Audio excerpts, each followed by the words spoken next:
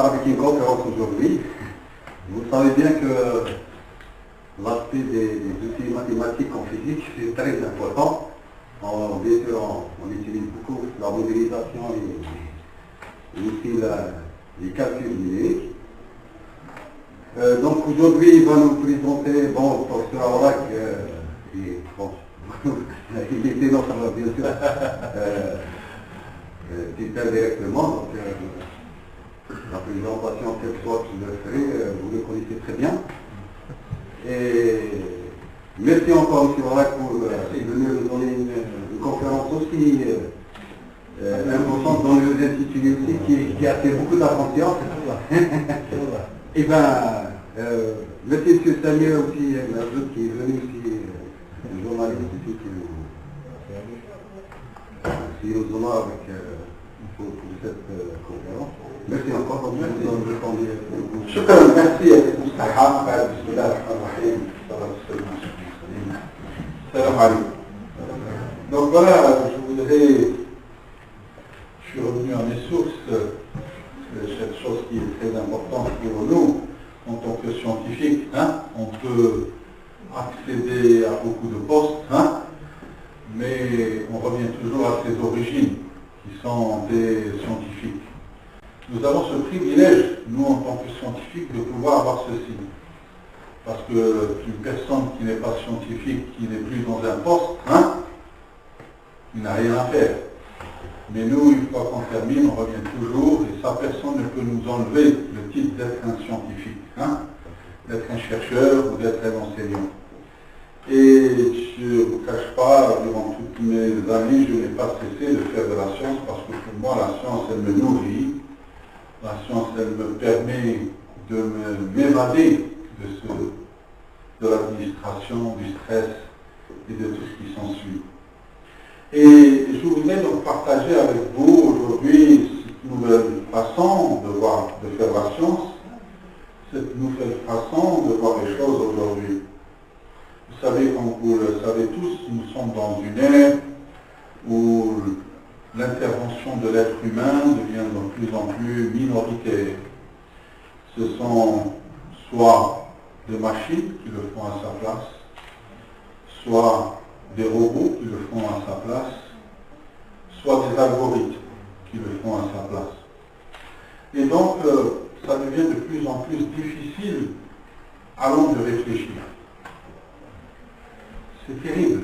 C'est-à-dire que nous sommes arrivés à une ère, où nous allons arriver encore de plus en plus, à une ère où l'homme va de plus en plus avoir cette capacité de réfléchir. Pourquoi? Parce que tout devient facile pour lui. Tout devient facile pour lui parce que tout est à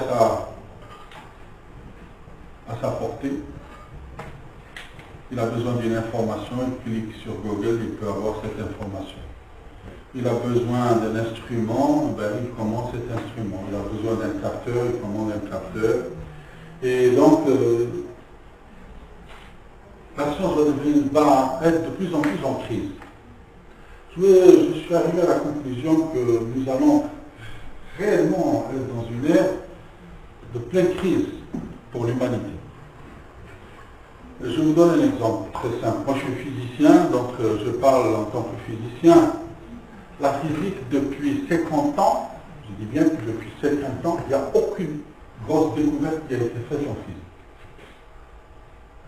Depuis 50 ans, la physique est en crise. Elle est véritablement en crise. Il n'y a plus de génies qui émergent.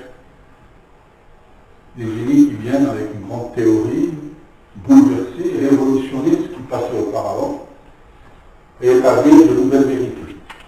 Parce que la science, c'est établir de nouvelles vérités.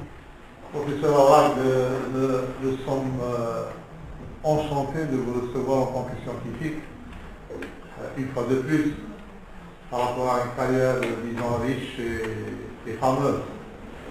Donc, je vous remercie de votre conférence. Il y a quelque chose qui m'a flatté, c'est une pyramide où il y avait la sagesse au sommet de la pyramide. Ouais. Ah oui. Et Et donc, moi qui est le musulman, dans notre schéma cognitif de foi, on fait la différence entre la science et la sagesse. Et la science, dans notre patrimoine culturel, elle va au-delà du temps et de l'espace. C'est-à-dire qu'elle les englobe, mais elle va au-delà. Et en tant que scientifique, j'ai appris dans le temps que pour être scientifique, ou disons pour dire qu'on est scientifique, ou que ce qu'on est en train de faire est scientifique, repose sur deux piliers. Le premier pilier, c'est la reproductibilité, et le deuxième pilier, il ne faut pas que ce soit dit directement ou par conséquence, que l'on puisse remonter le temps. Tout travail scientifique qui conclut à une remontée de temps n'est pas scientifique. Ça, c'est le dogmatique. Maintenant, est-ce que vous pouvez nous éclairer par rapport à ça? J'ai une deuxième question aussi sur il y a des sciences maintenant qui sont connues, mais il y a des brevets qui les protègent, il y a de la confidentialité qui les protège, il y a aussi le gain qui les protège. Je donne un exemple. Par exemple, les moteurs à combustion, ils supportent des explosions. Les moteurs à 4 ans, par exemple, on a l'ignition, la compression, l'échappement et l'explosion ensuite, et l'échappement à la fois. Si on roule à un régime de 3000 tours par minute, c'est-à-dire 3000 explosions par minute. Donc, le matériau qui supporte ça, du bloc, du cylindre, c'est un alliage pour lequel on dilate la zone, la plage de d'élasticité pour pouvoir supporter cette explosion. C'est connu par les entreprises qui le développent. Est-ce qu'on peut développer notre recherche dans ce sens? Reproduisons d'abord ce que tout le monde sait déjà faire. Maîtrisons d'abord les choses les plus basiques. Pour pouvoir dire je développe de nouveaux batteries à lithium, thermo, nucléaire, de fusion thermonucléaire, etc., il faut être réaliste. Réaliste dans un sens que, nous n'avons pas une masse critique de chercheurs. Deuxièmement, nous n'avons pas l'infrastructure idoine pour le faire.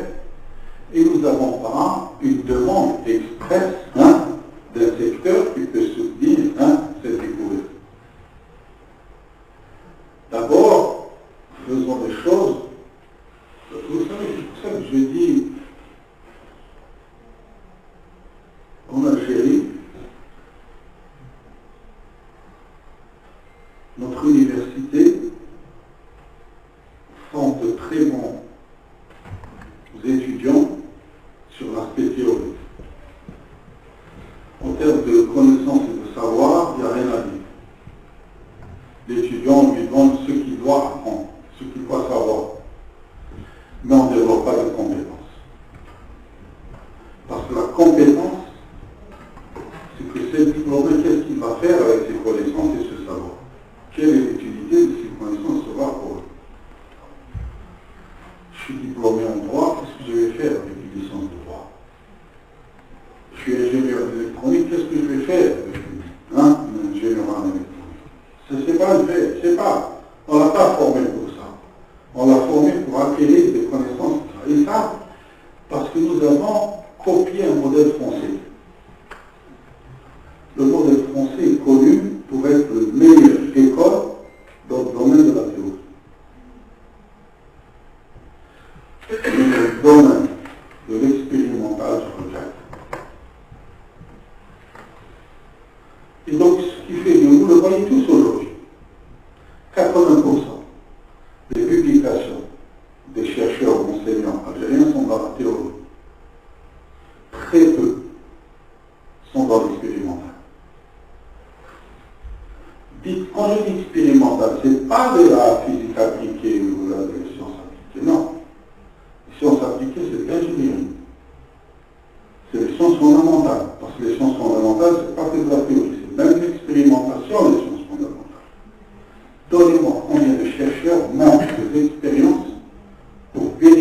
fondements fondamentaux.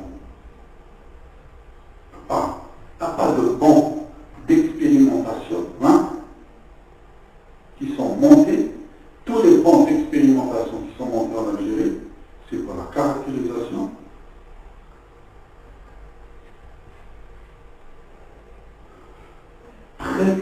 sont pour vérifier des concepts fondamentaux. Le jour où on aura des chercheurs qui transformeront le savoir en un savoir-faire montant des bancs d'expérimentation. Je reviens un petit peu à votre conférence qui est une surprise vraiment. Tout ce que j'ai appris dans ma carrière en tant que scientifique, c'est de se baser sur les calculs, mais sur l'outil mathématique où on arrive quand même à dimensionner, à quantifier des choses, et avec l'expérience qu'on va faire des preuves, etc. Et à certains moments dans votre présentation, vous dites que sans calcul et sans expérimentation, on arrive à créer, ce génome du matériau. Et à certains moments aussi, vous dites qu'il y a 17 descripteurs, comme l'exemple par exemple. Comment la question centrale, c'est que comment obtenir ces descripteurs mathématiques? Moi, toujours j'étudie les mathématiques. Et la fin aussi, une fois qu'on a ce matériau, ce qu'on cherche, on devait passer par l'expérimentation afin de dire que Je veux dire, voilà, merci. Je vais rentrer dans le détail. J'ai dit, je pris tel matériau, Exactement. et pour max phase, ça veut dire que j'ai un état de transition, j'ai un carbure ou un nitrure, et puis j'ai des éléments du groupe 4, 3, 4, 5. Et je dis, je vais prendre les éléments, les informations sur ces éléments de transition, les informations sur les courbes de carbure et de nitrure, parmi eux, le paramètre des réseaux, le paramètre de réseau, les rayons atomiques. J'ai dit, j'ai pris 17 informations. Sur chaque élément, j'ai pris 17 informations. Que j'ai appelé descripteurs. C'est-à-dire qui décrit le matériau. Ensuite, j'ai appliqué les techniques de Takamani qu'utilisent les économistes. Et j'ai obtenu ce que nous appelons le score, ou bien le score overloading, le poids. Et quand j'ai l'image, j'ai une image globale, j'ai pris 700, 600 à peu près d'éléments, et 3600 éléments, donc je vous dirais une figure qui me reproduit toutes ces informations en un seul graphe. Donc en un seul graphe, je vais voir la position dans ma courbe de tous ces éléments, de tous ces paramètres. Ensuite, qu'est-ce que je vais dire? C'est pour ça que j'ai dit, sur ces 17 descripteurs, est-ce que je peux trouver une équation mathématique qui permet de relier une information par rapport aux 17 autres informations? C'est-à-dire une équation mathématique qui me donne par exemple l'information sur cet élément, par exemple, je prends la dureté, sur cet élément, par rapport aux 17 descripteurs qui existent. Et je trouve une équation mathématique. Cette équation mathématique est une équation de corrélation. Elle corrèle ces informations par rapport à une information que je cherche. Donc, par exemple, si le rayon atomique de A augmente, la dureté augmente. Par exemple, si l'électronégativité de l'élément N augmente, la dureté diminue. Donc, j'ai des informations comme ça. Donc, j'ai une équation mathématique qui me permet de me prédire, de me projeter sur n'importe quel élément autre, ou sur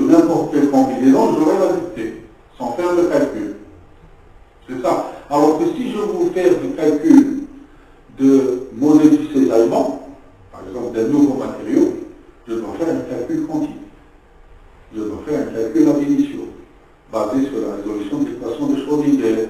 C'est un calcul très long, d'accord, qui va me prendre des heures et des heures de calcul sur un ordinateur. Donc c'est ça quand je dis, je ne fais pas un calcul très lourd, c'est-à-dire qu'il fait appel à des théories que je vais utiliser pour résoudre ce problème. C'est ça le calcul. Et donc quand je dis l'utilisation de mathématiques, c'est d'utiliser une équation mathématique toute simple, d'accord, que j'ai pu trouver par Zakarini, qui m'a coûté même pas le clic sur l'ordinateur. À des conditions thermodynamiques pour pouvoir fabriquer tel masse-phase, tel matériau ou tel matériau. Mais on voit bien aujourd'hui avec le développement des technologies, d'accord, et la maîtrise des conditions thermodynamiques, qu'on arrive à développer des matériaux qui étaient métastables à un moment donné, on arrive à les stabiliser aujourd'hui. Pourquoi pour le lithium? Parce qu'à l'époque, le deal dans la microélectronique et dans l'optoélectronique, on cherchait des semi-conducteurs à bande interdite directe. Parce que les semi-conducteurs à bande interdite directe présentaient des propriétés optoélectroniques intéressantes que les matériaux à bande interdite indirecte.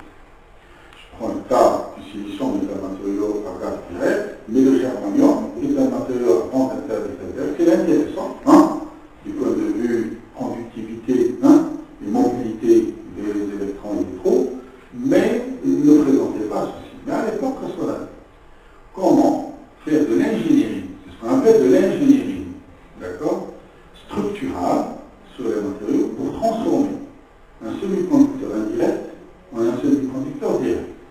Et on jouait sur le dopage à l'époque, ou bien la substitution, d'accord, ce qu'on appelle de la substitution, faire des agages de semi-conducteurs.